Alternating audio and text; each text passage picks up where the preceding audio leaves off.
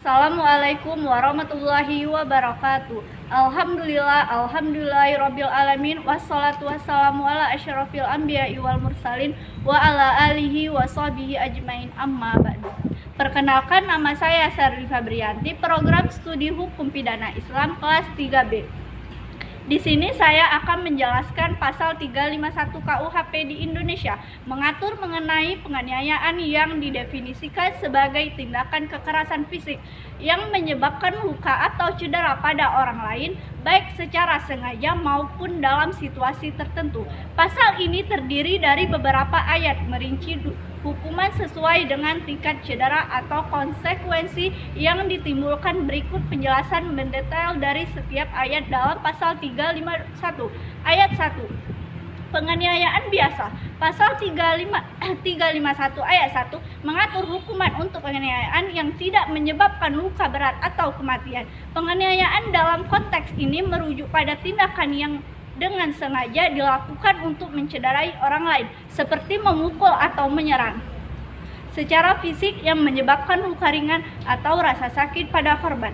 Hukumannya yaitu ancaman hukuman untuk penganiayaan biasa ini adalah pidana penjara paling lama 2 tahun 8 bulan atau denda. Ayat 2, penganiayaan yang menyebabkan luka berat. Jika penganiayaan tersebut menyebabkan luka berat atau korban, maka ancaman pidananya akan lebih berat. Luka berat dalam konteks hukum biasanya meliputi cedera serius yang mengakibatkan cacat, kerusakan fungsi tubuh atau kondisi kritis pada korban. Hukumannya yaitu ancaman pidana untuk penganiayaan yang menyebabkan luka berat. Ini adalah pidana penjara paling lama 5 tahun. Ayat 3, penganiayaan yang mengakibatkan kematian. Apabila penganiayaan tersebut mengakibatkan kematian korban, maka ancaman hukumannya jauh lebih tinggi. Meskipun niat awal pelaku mungkin bukan untuk membunuh, tetapi jika akibat tindakan korban menimbulkan meninggal dunia, maka hukuman akan diperberat. Hukuman ancaman pidana untuk penganiayaan yang mengakibat kematian adalah pidana penjara paling lama 7 tahun. Ayat 4, penganiayaan ringan biasa diatur di pasal 352 KUHP. Pasal 351 tidak mencakup penganiayaan ringan yang biasanya diatur di pasal 352 KUHP. Penganiayaan ringan umumnya merujuk pada tindakan yang tidak menimbulkan luka fisik serius, misalnya benturan ringan yang tidak berdampak signifikan pada kesehatan korban.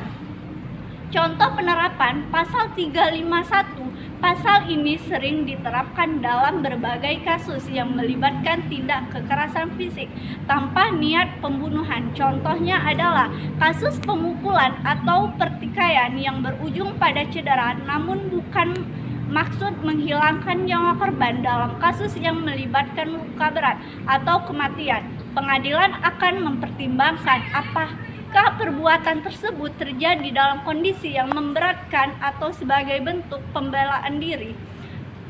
Pasal 351 digunakan dalam kasus perkelahian konflik pribadi atau bentrokan yang tidak direncanakan, meskipun pelaku mungkin tidak berniat membunuh. Jika korban terluka parah atau meninggal dunia, ancaman hukuman dapat meningkat. Relevansi pasal 351 dalam sistem hukum. Pasal 351 menjadi salah satu dasar hukum penting dalam melindungi hak-hak individu dari tindak kekerasan serta menjaga ketertiban masyarakat dengan memberikan ancaman pidana kepada pelaku penganiayaan. Baiklah, inilah kesimpulan dan penutupan dari pasal 351 KUHP. Kesimpulan 351 KUHP. Pasal 351 KUHP mengatur tentang tindak pidana penganiayaan dengan saksi berbeda tergantung pada akibat yang ditimbulkan dan mengatur unsur perencanaan. Penganiayaan ini mencakup tindakan yang menyebabkan luka ringan atau luka berat atau kematian. Selain itu, jika tindakan penganiayaan direncanakan sebelumnya, pelaku dapat dikenai hukuman lebih berat. Penutup pasal 351 KUHP yaitu menyatakan bahwa percobaan untuk melakukan kejahatan ini tidak dipidanakan. Itu berarti jika seseorang hanya berusaha melakukan penganiayaan namun gagal, upaya tersebut tidak dianggap sebagai tindak pidana yang dapat dihukum.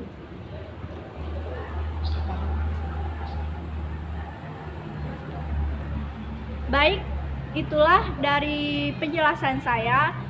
Sekian, terima kasih. Wassalamualaikum warahmatullahi wabarakatuh.